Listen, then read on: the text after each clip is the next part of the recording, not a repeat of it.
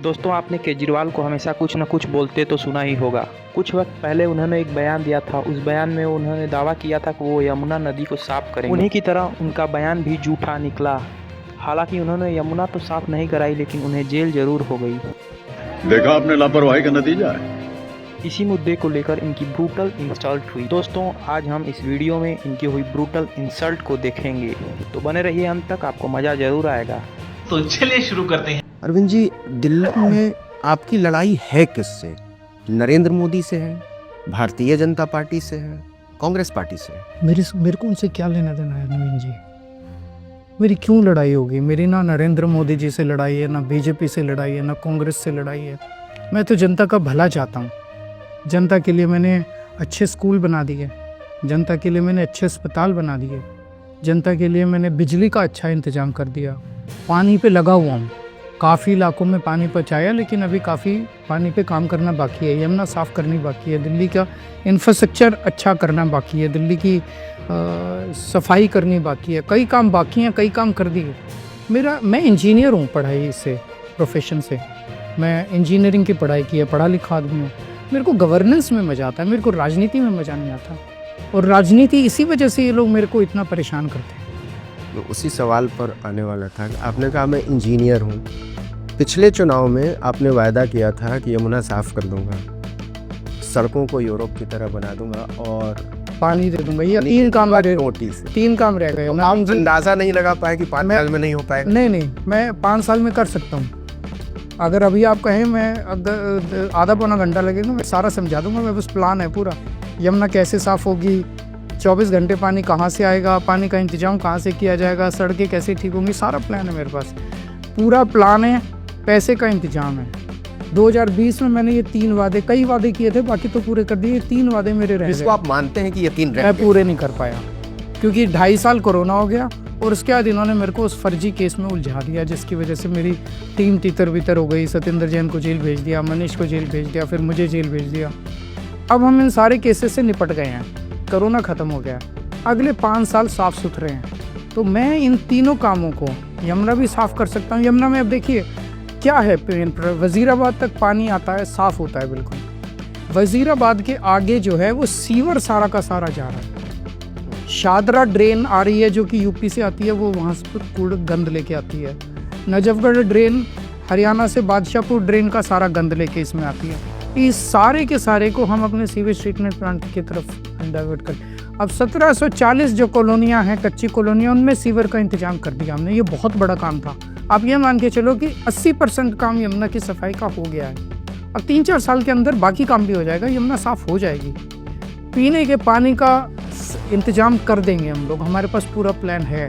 तो एक मौका और मुझे मिलेगा, मैं ये तीनों काम पूरा कर दें। पूरा कर दें। दिल्ली की जनता को ये यकीन करना चाहिए। जनता को मुझ पे यकीन है, मुझे अपना बेटा मानते हैं, अपना भाई मानते हैं। मैं अपने आप को सौभाग्यशाली समझता हूँ, इतना प्यार मिला है मुझे दिल्ली की जनता। मैं भ्रष्टाचार वाले मुद्दे पर आऊँगा अरविंद जी, लेकिन उससे पहले एक खबर आपने भी देखी ही होगी, गुजरी होगी, कि चुनाव आयोग ने नियम बदल दिए। जनता का हक था जानना कि वो चुनाव से रिलेटेड डॉक्यूमेंट्स को कम से कम विजिट कर सकता है, देख सकता है।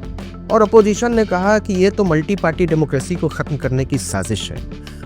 क्या अरविंद केजरीवाल को भी चुनाव आयोग पर भरोसा नहीं है, चुनाव के सिस्टम पर भरोसा नहीं है? इसका मैं बताता हूँ। Punjab and Haryana high court ने एक ऑर्डर पास किया। कोई XYZ Punjab Haryana high court गया, रूल्स में ये लिखा है कि चुनाव से संबंधित सारे डॉक्यूमेंट्स आप ऑब्टेन कर सकते हैं, आप ले सकते हैं। तो कोई Punjab and Haryana high court गया कि हरियाणा चुनाव से संबंधित सारे दस्तावेज की कॉपी मुझे दी जाए, पैसे देने के लिए तैयार हो। पंजाब हरियाणा हाई कोर्ट ने ऑर्डर पास कर दिया कि इनको सारे दस्तावेज दिए जाएं। उसके बाद केंद्र सरकार ने ये रूल बदल दिए कि सारे डॉक्यूमेंट्स नहीं दिए जाएंगे। इसका मतलब कुछ गड़बड़ है, शक पैदा होता है। अगर आपने कोई गलती नहीं की तो आप रूल क्यों बदल रहे हो? दे दो सारे डॉक्यूमेंट्स। तो पंजाब हरियाणा हाई कोर्ट के आदेश को नल एंड वॉइड करने के लिए, उस आदेश को खारिज करने के लिए केंद्र सरकार ने आनन फानन में रूल बदल दिए। इससे जनता के मन में शक पैदा होता है कि गड़बड़, कुछ तो गड़बड़ कर रखी है इन लोगों ने। अरविंद जी, भ्रष्टाचार के खिलाफ आपकी लड़ाई शुरू हुई थी कि चलेंगे राजनीति को बदलेंगे, इसको साफ करेंगे। फिर शराब नीति को लेकर आप जेल गए, deputy CM Manish Sisodia jail गए, एक अलग मामले में सत्येंद्र जैन जेल गए, आपके राजनीतिक सलाहकार जेल गए। आपको क्या लगता है कि इससे आम आदमी पार्टी की छवि को धक्का नहीं लगा है, नुकसान नहीं हुआ है? नवीन जी 200 से छवियों की लड़ाई लड़ रहे थे। 200 से ज़्यादा केस कर रखे हैं हमारे ऊपर, मेरे ऊपर, मेरे नेताओं के ऊपर, मेरे एमएलएज के ऊपर 200 से ज़्यादा केस कर रखे हैं। तो लगभग 134-140 केसेस में हम बरी हो गए हैं और कई केसेस में तो ऑर्डर्स में कोर्ट ने खूब लताड़ा है इनको।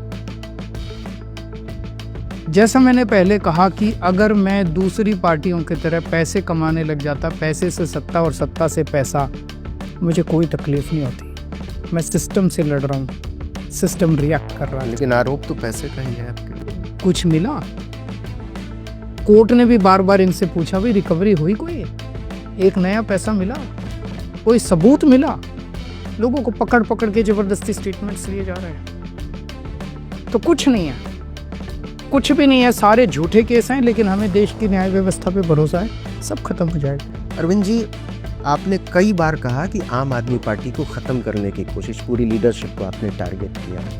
मैं देख रहा था कि एनफोर्समेंट डायरेक्टरेट ऑर्डर पास किए हैं, अपने अफसरों से कहा है कि केवल कॉन्स्पिरेसी के आधार पर पीएमएलए मत लगाइए।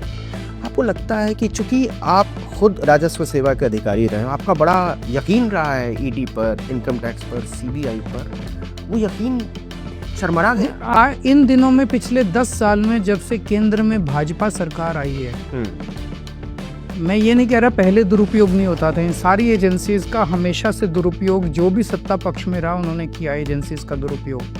लेकिन जिस किस्म से दुरुपयोग इस वक्त बीजेपी ने किया है, रोज हम देखते हैं इन एजेंसीज के जरिए झूठे केस करके, गिरफ्तार करके पार्टियां तोड़ दी जाती हैं, नेताओं को गिरफ्तार किया जाता है, केस डाले जाते हैं, फिर जब वो बीजेपी ज्वाइन कर लेता तो सारे केस रफा दफा हो जाते हैं। खुलेआम चल रहा है, जैसे कि सारे देश बेवकूफ़ है, जैसे कि किसी को कुछ दिखाई नहीं दे रहा।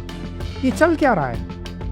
महाराष्ट्र के अंदर क्या हुआ, गोवा के अंदर क्या हुआ, पूरे देश के अंदर कोई राज्य आप उठा के देख लीजिए जिस तरह से विपक्षी पार्टियों के नेताओं को डराया जाता है, धमकाया जाता है, या तो वो चले जाते हैं, नहीं तो फिर केस कर देते हैं, फिर चले जाते हैं, या उन्हें गिरफ्तार। मैं मनीष सिसोदिया 2 साल तक जेल में रहे, उनके पास कई बार इन लोगों ने आदमी भेजा, बीजेपी में आ जाओ, सारे केस खत्म कर देंगे।